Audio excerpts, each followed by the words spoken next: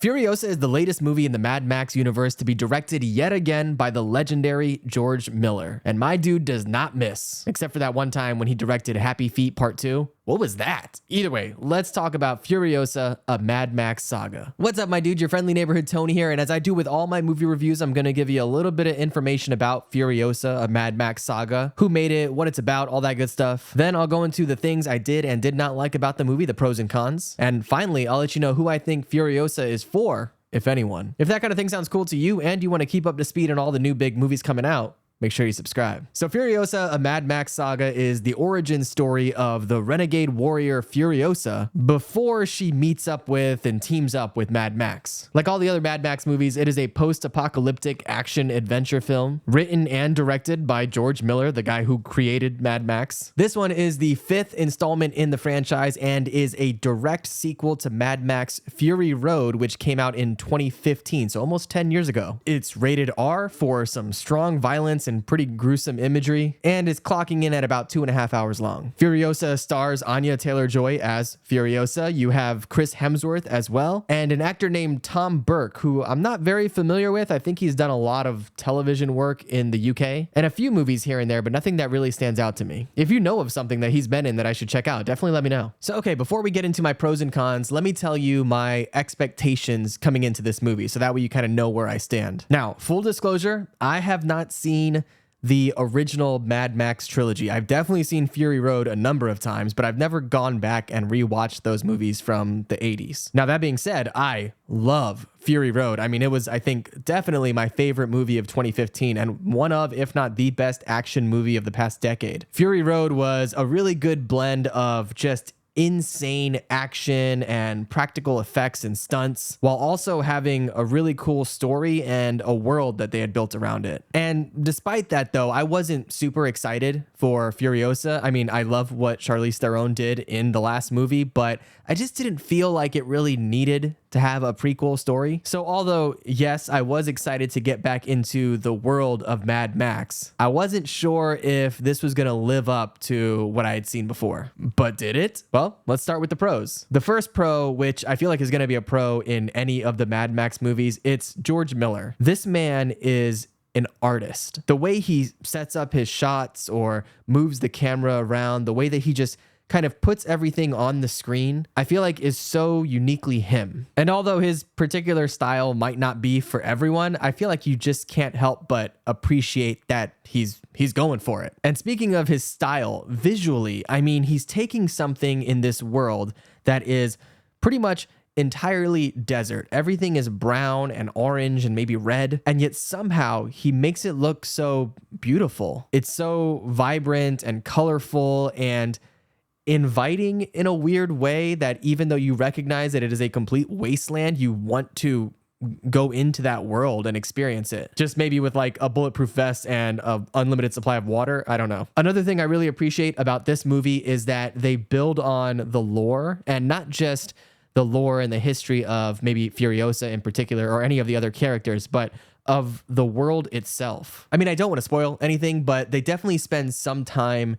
explaining what's going on in the world on a grander scale. And so I thought that was really cool to kind of get to uncover some of the history and just a little bit about what is happening and what has happened in this world. It really is so much more than just a big dumb action movie. You know, there is a whole world that George Miller is building here.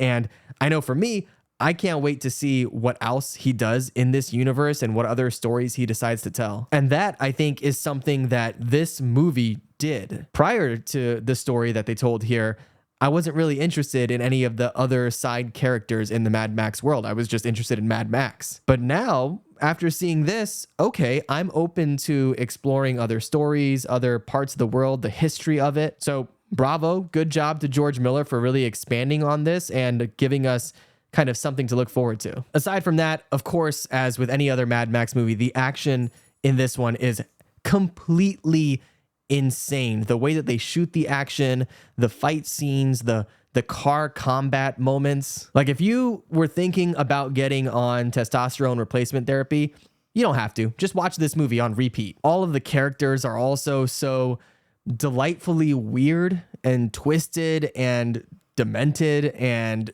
strange. You know, there's Chris Hemsworth's character who we get to know in this movie. He's making his first appearance here. I absolutely loved his character. He is so evil, but as you kind of come to understand his perspective, it makes sense in like really messed up ways. I don't know. I might need to talk to my therapist about that one. But yeah, Chris Hemsworth's character is amazing. All of the other characters that we've seen in the prior Mad Max movie that make an appearance here are also really great. And of course, most importantly, Furiosa, played by Anya Taylor-Joy, I thought she did a pretty good job for the most part. More than that, though, there is a large part of the movie, maybe up to an hour into it, where Anya Taylor-Joy isn't even on screen yet. And instead, we're seeing an even younger Furiosa played by a young actress. Hold on, let me look up her name. Alyla Browne is what I think it is. And anyway, she is phenomenal as this young version of Furiosa.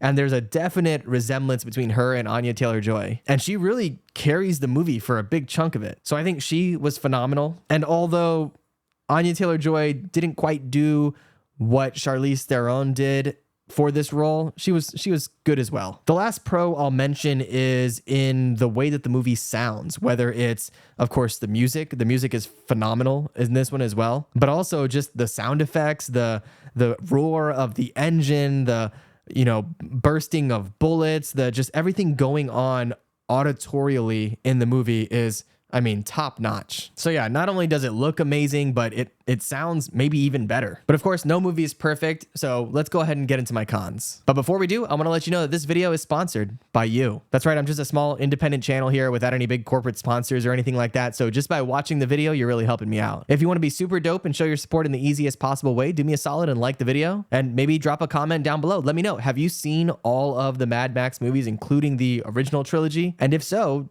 is it worth going back and watching those original movies? Do they still hold up? You can also now join as a channel member if you want to help support me financially, or just subscribe for free if you want to keep up to speed on all the new big movies coming out. So either way, whatever you do, I appreciate it. All right, on to the cons. The first con that stands out to me is that this movie is 2.5 hours long, and it feels very much 2.5 hours long. And here's the thing, that's not necessarily a bad thing. It's just that it feels like this story is meant to be more drawn out. It's broken up into chapters, and it feels like each of those chapters could have been an episode in like a mini series. So despite the fact that the movie is long and feels long, it also feels like there was a lot more to uncover that we could have spent more time with. And so I just think that it would have been better served as a series versus a 2.5 hour movie where we have to cram in, you know, a decade of character history. There's also some chunks of the movie where everything just really slows down to a crawl. And part of me respects that, right? That is a creative choice by George Miller. So I get that if that's what he was trying to do, then, you know, that's his prerogative. But for the sake of keeping the attention of the audience, it just didn't quite work for me. There's also this whole like side story that's going on through the movie that's kind of a love story between Anya Taylor-Joy, Furiosa, and another character, and it just felt unnecessary. It's the character that Tom Burke plays, and you know, no offense to Tom Burke, I mean, I think he was really good in this role, but just that character feels like a poor man's Mad Max, and so it felt a little unnecessary for the story. Last up, I have to touch on Anya Taylor-Joy again a little bit more. Although I feel like she did a fine job as Furiosa, she's no Charlize Theron. And, you know, they're both beautiful women, of course, but Charlize has something to her that is more intimidating, more rough, where it's more believable that she would be this kind of badass, violent person who is navigating this wasteland and taking out dudes left and right. And Anya is, I mean, she just looks like a model. She looks more frail. She looks more done up, you know, with makeup and, you know, whatever else she's had done to her face. It just doesn't quite fit the world, and more particularly the character of Furiosa. And I can't help but think that maybe there were some better actresses that were more suited for this particular role. So, okay, who is Furiosa, a Mad Max Saga for? Well, I think the big question that everybody's going to be asking is it as good as Fury Road?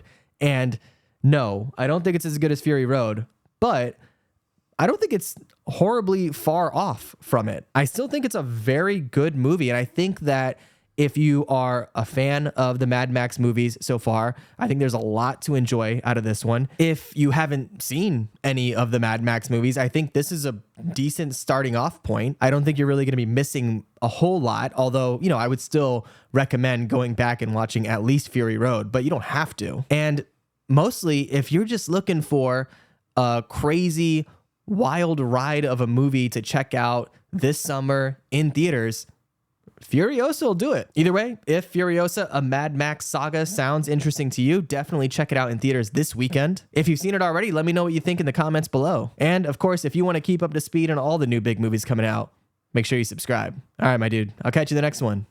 Be good.